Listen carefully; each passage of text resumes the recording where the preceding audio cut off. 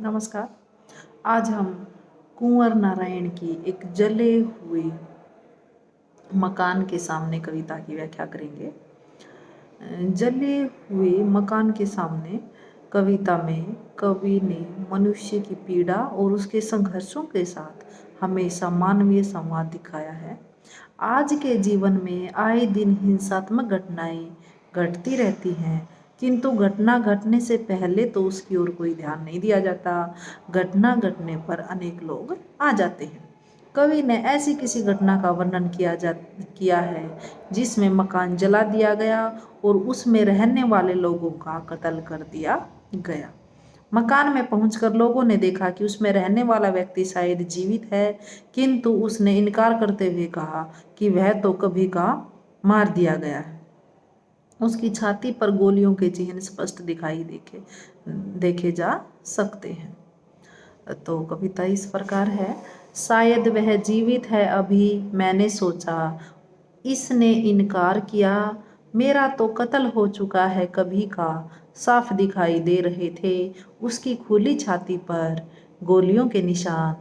तब भी उसने कहा, ऐसे ही लोग थे, ऐसे ही शहर, रुकते ही नहीं किसी तरह मेरी हत्याओं के सिलसिले। तो कवि का कथन है कि हिंसा के शिकार और जले हुए घर के सामने सब लोग पहुंचकर देखते हैं कि उसमें पड़ा एक आदमी शायद अभी जीवित है, किंतु उसने साफ इनकार करते हुए कहा कि मेरा तो कभी का कत्ल हो चुका है। मेरी छाती पर गोलियों के निशान इस बात का प्रमाण है कि उसने कहा कि कत्ल करने वाले पहले भी ऐसे ही लोग थे और अब भी ऐसे ही लोग हैं तथा ऐसे ही नगर हैं, किंतु ऐसी हत्याओं के सिलसिले लंबे समय से चले आ रहे हैं। व्यवस्था कैसी भी क्यों न हो, साधारण व्यक्ति को तो जीते जी मरना ही पड़ता है। तो कवि ने मानवीय पीड़ा को मार्मिक और प्रतीकात्मक शैली में अभिव्यक्त किया है।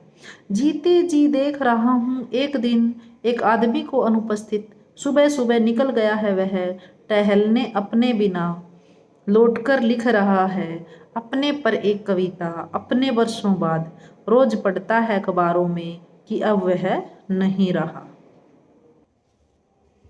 अपनी शोक सभाओं में खड़ा है वह, आंखें बंद किए 2 मिनटों का मौन। तो कवि ने मानव जीवन का वर्णन करते हुए कहा है कि मैं जीते जी एक दिन एक आदमी को अनुपस्थित होते हुए देख रहा हूँ, और जो सुबह सुबह सैर के लिए निकला था और लौटकर नहीं आया, किंतु वही व्यक्ति वर्षों पश्चात अपनी लिखी गई कविता अखबारों में पढ़ता है और अब वह इस संसार में नहीं रहा है। वह अपनी ही शोक सभाओं में सम्मिलित होकर 2 मिनट के मौन के लिए खड़ा है। तो कवि के कहने का भाव यह है कि मनुष्य आज के जीवन में अपनी पहचान खो बैठा है। तो कवि ने आज के मानव जीवन की विडंबना और पीड़ा को व्यक्त किया है। भूल गया है रास्ता किसी ऐसे शहर में जो सैकड़ों साल पहले था, दरअसल कहीं नहीं है वह, फिर भी लगता है कि हर जगह वही है। नया सा लगता कोई बहुत पुराना आदमी किसी गुमनाम गली में एक जले हुए मकान के सामने खड़ा, हैरान कि क्या यही है उसका हिंदुस्तान। सोच में पड़ गया वह। इतनी बड़ी रोशनी का गोला जो रोज निकलता था पूरब से, क्या उसे भी लील गया कोई अंधेरा। तो कवि ने मनुष्य के जीवन में पुराने ढंग की ओर संकेत करते हुए कहा है, जीने के जो पुराना ढंग है उसकी ओर संकेत करते हुए कहा है कि मानव आज जीवन का वह मार्ग भूल गया है जो सदियों से चला आ रहा था। वास्तव में वह अब कहीं दिखाई नहीं देता, फिर भी ऐसा लगता है कि वह हर स्थान पर विद्यमान है। जिस प्रकार किसी अनजानी गली या रास्ते पर पुराना आदमी भी नया नया सा लगता है, आज के जीवन में पुराना ढंग भी कुछ ऐसा प्रतीत होता है। हिंसा भरे समाज जिसमें हर रोज आगजनी लूटमार होती है को देखकर हैरानी होती है कि यही हमारा हिंदुस्तान है।